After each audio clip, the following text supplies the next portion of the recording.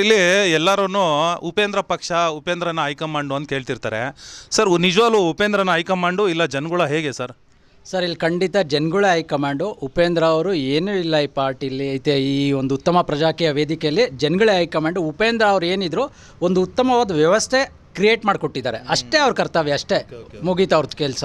ಇನ್ನು ಮಿಕ್ಕಿದ ಕೆಲಸ ಎಲ್ಲ ಜನಗಳದು. ನಾವು ಆ ವ್ಯವಸ್ಥೆಯಿಂದ ಎಷ್ಟು ಚೆನ್ನಾಗಿ ಅದನ್ನು ಉಪಯೋಗ ಮಾಡ್ಕೊಡ್ತೀವಿ, ಅದನ್ನು ಬಳಸ್ಕೋತೀವಿ, ಎಷ್ಟು ಪಾರದರ್ಶಕವಾಗಿ ಆರ್ಟ್ ಯೂಸ್ ಮಾಡಿಕೊಂಡು ಅಕೌಂಟಬಿಲಿಟಿ, ರೆಸ್ಪಾನ್ಸಿಬಿಲಿಟಿ, ಟ್ರಾನ್ಸ್ಪರೆನ್ಸಿ ಮೂಲಕ ಹೆಂಗೆ ಕೆಲಸ ಮಾಡ್ತೀನಿ ಅನ್ನೋದು ಅದು ಜನಗಳದು ಒಂದು ಇದರಿಂದ. ಸರ್, ಇನ್ನೊಂದು ಪ್ರಶ್ನೆ. ಈಗ ಅಕಸ್ಮಾತ್ ಏನಾದರೂ ನೀವು ಬೆಂಗಳೂರು ಸೆಂಟ್ರಲಲ್ಲಿ ಅಂದರೆ ಬೆಂಗಳೂರು ಕೇಂದ್ರದಲ್ಲಿ ಈಗ ಏನು ಎಲೆಕ್ಷನ್ ಆಯಿತು, ಅಕಸ್ಮಾತ್ ನಿಮ್ಗೆ ಏನಾದ್ರೂ ಗೆದ್ರಿ ಅಂತಂದರೆ, ಅಂದರೆ ಜನರಲ್ಲಾಗಿ ಗೆದ್ರಿ ಅಂತಾರೆ. ಸೊ ಪ್ರಜಾಕೀಯ ಸಿದ್ಧಾಂತದಲ್ಲಿ ಹೇಳಬೇಕು ಅಂದರೆ ನಿಮಗೆ ಕೆಲಸ ಸಿಗೋದು ಅಂತ ನೀವು ಹೇಳ್ತೀರಿ.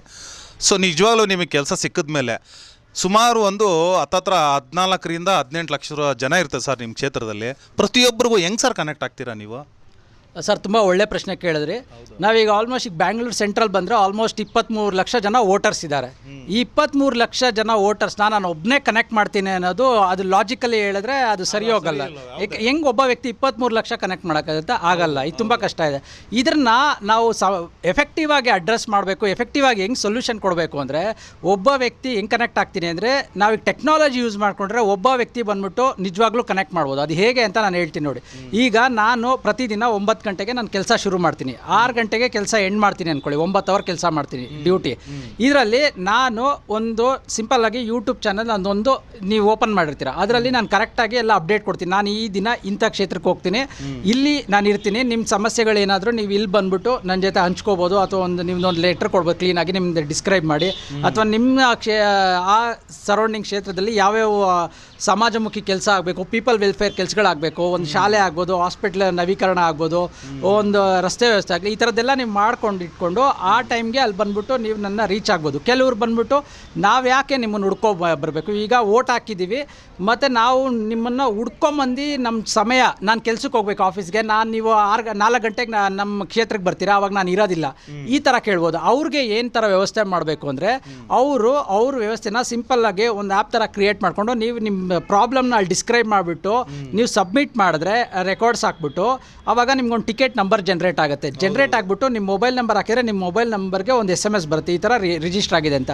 ಮತ್ತು ಅದು ಸ್ಟೇಟಸ್ನ ಇದು ನೋಡಿಕೊಂಡು ಅದು ಈ ಥರ ತುಂಬ ಜನ ಪ್ರಾಬ್ಲಮ್ ಕ್ಯಾಟಗರಿಗಳನ್ನ ಆಮೇಲೆ ಸೆಗ್ರಿಗೇಟ್ ಮಾಡಿಕೊಂಡು ತುಂಬ ಜನ ಹಾಸ್ಪಿಟ್ಲ್ ಕೇಳ್ತಿದ್ದೀರಾ, ಸ್ಕೂಲ್ ಕೇಳ್ತಿದ್ದೀರಾ, ಅಥವಾ ಒಳಚರಂಡಿ ಕೇಳ್ತಿದ್ದೀರಾ, ಅದು ರಸ್ತೆ, ಈ ಥರ ಸೆಗ್ರಿಗೇಟ್ ಮಾಡಿಬಿಟ್ಟು ನಿಮಗೆ ಇದು ಮಾಡ್ಬೋದು. ಏನು ಕೇಳ್ತಾರೋ ಅದನ್ನು ಫಸ್ಟ್ ಪ್ರಯಾರಿಟಿಯಾಗಿ ತೊಗೋಬೋದು. ಮತ್ತು ಪ್ರತಿಯೊಬ್ಬರದ್ದು ಅಭಿಪ್ರಾಯನೂ ಅಂದರೆ ನೀವು ಹೇಳೋದು, ಈಗ ಎಕ್ಸಾಂಪಲ್ಲು ನಾವು ಯಾವುದೋ ಒಂದು ಚಾನಲ್ಲೋ ಅಥವಾ ಏನಕ್ಕೋ ಸಬ್ಸ್ಕ್ರೈಬ್ ಆಗಿರ್ತೀವಿ, ಆ ಸಬ್ಸ್ಕ್ರೈಬ್ ಆಗಿದ್ದಾಗ ಅದರಿಂದ ಏನಾದರೂ ಒಂದು ವಿಡಿಯೋ ಅಪ್ಲೋಡ್ ಮಾಡಿದ್ರೆ ಒಂದು ನೋಟಿಫಿಕೇಶನ್ ಬರುತ್ತೆ. ಸೊ ಆ ಥರ ನೀವು ಎಲ್ಲಿದ್ದೀರಾ ಅಂಥೇಳಿ ಬೆಳಗ್ಗೆ 9 ರಿಂದ 6 ಗಂಟೆವರೆಗೂ ಒಂದು ಆ ಸಬ್ಸ್ಕ್ರೈಬ್ ಆಗಿದ್ರೆ ನೀವು ಅವ್ರಿಗೆ ಇಮ್ಮಿಡಿಯೇಟು ನೋಟಿಫಿಕೇಷನ್ ಹೋಗ್ಬಿಡುತ್ತೆ. ಸೊ ಆವಾಗ ನಾನು ಎಲ್ಲಿದ್ದೀನಿ, ಯಾವ ಏರಿಯಾದಲ್ಲಿದ್ದೀನಿ, ಎಕ್ಸಾಂಪಲ್ಲು ಒಂದು ರಾಜಾಜಿನಗರದಲ್ಲಿ ಇಂಥ ಮೆಟ್ರೋ ಸ್ಟೇಷನ್ ಹತ್ರ ಇದ್ದೀನಿ ಅಂದರೆ ಅಲ್ಲಿ ಸುತ್ತಮುತ್ತಲು ಜನ ಬಂದು ನಿಮ್ಮನ್ನು ಕಾಂಟ್ಯಾಕ್ಟ್ ಮಾಡಿ ಡೈರೆಕ್ಟಾಗಿ ಮಾಡ್ಬೋದು, ಅಥವಾ ಕಾಮೆಂಟ್ ಮೂಲಕನೂ ಇವರಿಗೆ ನೀವು ಸಮಸ್ಯೆಗಳನ್ನ ತಿಳಿಸ್ಬೋದು. ಸೊ ಈ ಥರ ನೀವು ಇಷ್ಟೊತ್ತು ಹೇಳಿದ್ದು. ಮತ್ತು ಈಗ ಎಕ್ಸಿಸ್ಟಿಂಗ್ ಸಿಸ್ಟಮ್ ಹೆಂಗಿದೆ ಅಂದರೆ, ನೀವು ಏನೋ ಒಬ್ಬರ ಹತ್ರ ಹೋದರೆ ಅವ್ರಿಗೆ ನೀವು ಒಂದು ಲೆಟ್ರ್ ಕೊಡ್ತೀರಾ, ಆ ಲೆಟ್ರು ಅದು ಅಕ್ನಾಲೇಜ್ ಆಗುತ್ತೆ ಅನ್ನೋದು ನಿಮ್ಗೆ ಗೊತ್ತಾಗಲ್ಲ. ಅಂದರೆ ಇವಾಗ ಅಂದರೆ ವೀಕ್ಷಕರೇ ಇವಾಗ ನೀವು ಹೋಗಿ ಒಬ್ಬ MLA ನೋ MP ನೋ ಯಾರಿಗಾದ್ರೂ ಒಂದು ಲೆಟ್ರ್ ಕೊಡ್ತಾ ಇದ್ದೀರಾ, ಅದು ಡಸ್ಟ್ಬಿನ್ಗೆ ಹೋಯ್ತಾ ಅಲ್ವಾ, ನಿಜವಾಗ್ಲೂ ಅದು ಕೆಲಸ ನಡೀತಾ, ಏನು ನಿಮ್ಗೆ ಅಪ್ಡೇಟ್ ಇರಲ್ಲ, ಏನೂ ಇರಲ್ಲ. ಆದರೆ ಇವ್ರೇನು ಹೇಳ್ತಿದ್ದಾರೆ ಅಂತಂದರೆ, ಟ್ರ್ಯಾಕಿಂಗ್ ನಂಬರ್ ಸಿಗುತ್ತೆ ನಿಮಗೆ. ಎಕ್ಸಾಂಪಲ್ಲು ನಿಮ್ಮದು ಫ್ರಿಡ್ಜ್ ಏನಾದ್ರೂ ನೀವು ಒಂದು ಕಂಪ್ಲೇಂಟ್ ಮಾಡಿದ್ರೆ ಅಂದರೆ ಒಂದು ಸರ್ವಿಸ್ ಮ್ಯಾನ್ದು ನಿಮ್ಮದು ಕಾಂಟ್ಯಾಕ್ಟ್ ನಂಬರ್ ಬರುತ್ತೆ, ಇಂಥ 24 ಅವರಲ್ಲಿ ಬರ್ತಾನೆ, ಹಿಂಗೆ ಅಂತೇಳಿ ಅವ್ರದ್ದು ಡೀಟೇಲ್ ಹೆಂಗೆ ಸಿಗುತ್ತೋ, ಟ್ರ್ಯಾಕ್ ಸಿಗುತ್ತೋ ಅದೇ ಥರ ಟ್ರ್ಯಾಕಲ್ಲಿ ಸಿಗ್ತೀನಿ ಅಂತ ಇವ್ರು ಹೇಳ್ತಿದ್ದಾರೆ. ಅಕಸ್ಮಾತ್ ಏನಾದರೂ ನೀವೆಲ್ಲರೂ ಓಟ್ ಹಾಕಿ ಇವರಿಗೆ ಗೆಲ್ಸಿದ ಮೇಲೆ, ಅಂದರೆ ನಾವು ಜನರಲಾಗಿ ಗೆಲ್ಸಿದ್ದೀವಿ ಅಂತ ಹೇಳ್ತೀವಿ, ಬಟ್ ಇವರು ಕೆಲಸ ಸಿಕ್ಕಿದ ಮೇಲೆ ಅಂತ ಹೇಳ್ತಿದ್ದಾರೆ. ಇದು ಉತ್ತಮ ಪ್ರಜಾಕೀಯ ಪಕ್ಷದ ಒಂದು ಸ್ಟ್ಯಾಂಡು. ಸರ್, ಒಂದು ಪ್ರಶ್ನೆ, ನೀವು ಬೇರೆ ಇನ್ನೇನು ಹೇಳೋಕ್ಕೆ ಇಷ್ಟಪಡ್ತೀರಾ? ಮತ್ತು ನಿಮ್ಮ ನಾರ್ತ್ ಕರ್ನಾಟಕದಲ್ಲಿ ಇವಾಗ ಎಲೆಕ್ಷನ್ ಇದೆ May 7, ಅಲ್ಲಿರೋ ಅಂಥ ಕರ್ನಾಟಕ ಜನತೆಗೆ ನೀವೇನು ಹೇಳೋಕ್ಕೆ ಇಷ್ಟಪಡ್ತೀರಾ?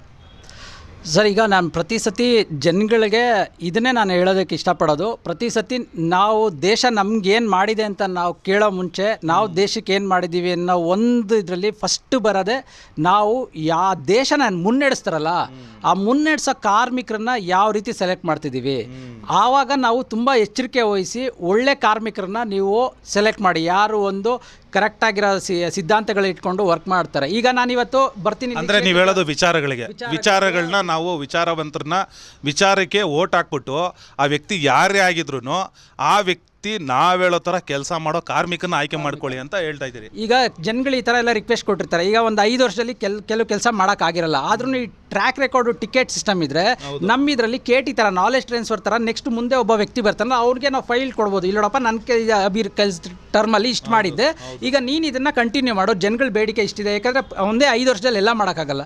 ಈ ಥರ ನಾವು ಪ್ರೊಯಾಕ್ಟಿವ್ ಆಗಿ ಟ್ರಾನ್ಸ್ಫರ್ ಮಾಡ್ಬೋದು, ಅವರು ಟ್ರ್ಯಾಕ್ ಮಾಡ್ಕೋಬೋದು. ಈ ಥರ ಒಂದು ಒಳ್ಳೆ ವಿಚಾರಗಳಿರೋರನ್ನ ನೀವು ಪ್ರಜೆಗಳು ಮುಂದೆ ಬಂದು ನೀವು 10 ಜನ ಕೇಳಿ ಅಂಥವ್ರನ್ನ ಬೆಂಬಲಿಸಿ ಅಂಥವ್ರನ್ನ ನಾವು ಎಲೆಕ್ಟ್ ಮಾಡಿದ್ರೆ ನಮ್ಮ ದೇಶದಲ್ಲಿ ಒಂದು ಒಳ್ಳೆ ಬದಲಾವಣೆ ತರಬೇಕು. ಇದು ಎಲ್ಲರೂ ಇನ್ಕ್ಲೂಸಿವ್ ಗೌರ್ಮೆಂಟ್ ಆಗಿ ಇನ್ಕ್ಲೂಸಿವ್ ಪಾಲ್ಗೊಳ್ಳುವಾಗನೇ ಇದು ಸಾಧ್ಯ. ಖಂಡಿತ. ನೋಡಿ ವೀಕ್ಷಕರೇ, ಇವ್ರು ಹೇಳೋದು ಇಷ್ಟೇ, ನಾವೆಲ್ಲರೂ ಜವಾಬ್ದಾರಿ ತಗೊಂಡು ನಮಗೆ ಏನು ಬೇಕೋ ಅಂಥ ವ್ಯವಸ್ಥಿತವಾದ ವ್ಯವಸ್ಥೆ ಮಾಡ್ಕೊಳ್ಳೋದಕ್ಕೋಸ್ಕರನೇ ನಾವೆಲ್ಲರೂ ಫಸ್ಟು ಜವಾಬ್ದಾರಿ ತಗೊಂಡು ಒಳ್ಳೆ ವಿಚಾರಕ್ಕೆ ಓಟ್ ಹಾಕಿ ಅಂಥ ವ್ಯಕ್ತಿನ ಕಾರ್ಮಿಕನಾಗಿ ನಾವು ಹೇಳ್ದಂಗೆ ಕೆಲಸ ಮಾಡೋ ಕಾರ್ಮಿಕನಾಗಿ ಆಯ್ಕೆ ಮಾಡ್ಕೊಳ್ಳೋಣ. ಆಯ್ಕೆ ಮಾಡ್ಕೊಂಡ್ಮೇಲೆ ನಾವು ಜವಾಬ್ದಾರಿ ತೊಗೊಂಡವ್ರ ಹತ್ರ ಕೆಲಸ ಮಾಡಿಸ್ಕೊಳ್ಳೋಣ.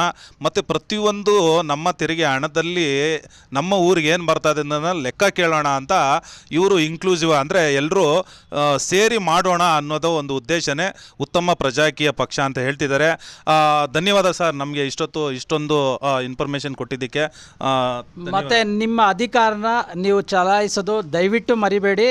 ಏನೇ ಇದಿದ್ರು ನೀವು ಹೋಗ್ಬಿಟ್ಟು ಒಳ್ಳೆ ಅಭ್ಯರ್ಥಿನ ನಿಮ್ಗೆ ಯಾರು ಅನಿಸ್ತಾರೋ ಅವ್ರನ್ನ ಅನಲೈಸ್ ಮಾಡಿ ಅವ್ರ ಬಗ್ಗೆ ತಿಳ್ಕೊಂಡು KYC ಇರುತ್ತೆ, ನೋ ಯುವರ್ ಕ್ಯಾಂಡಿಡೇಟು, ಅಲ್ಲೋಗಿ ಮತ್ತು ಆ ವ್ಯಕ್ತಿ ಯಾವ ರೀತಿ ಕೆಲಸ ಮಾಡ್ತಾನೆ ಅಂತ ನಿಮ್ಗೆ ತೃಪ್ತಿ ಆದರೆ ಆ ವ್ಯಕ್ತಿಗೆ ನೀವು ನಿಮ್ಮ ಮತ ಕೊಟ್ಟು ನಮ್ಮ ದೇಶದ ಒಂದು ಪ್ರಗತಿಗೆ ನಿಮ್ಮ ಕಾಂಟ್ರಿಬ್ಯೂಷನ್ ಇರಲೇಬೇಕು. ಜೈ ಹಿಂದ್. ನಮಸ್ಕಾರ ಸ್ನೇಹಿತರೆ. ಸೊ ಇಷ್ಟು ಹೇಳ್ತಾ ಮತ್ತೆ ಇನ್ನೊಂದು ನೆಕ್ಸ್ಟ್ ವಿಡಿಯೋದಲ್ಲಿ ಸಿಗ್ತೀನಿ ನಾನು. ನಮಸ್ಕಾರ.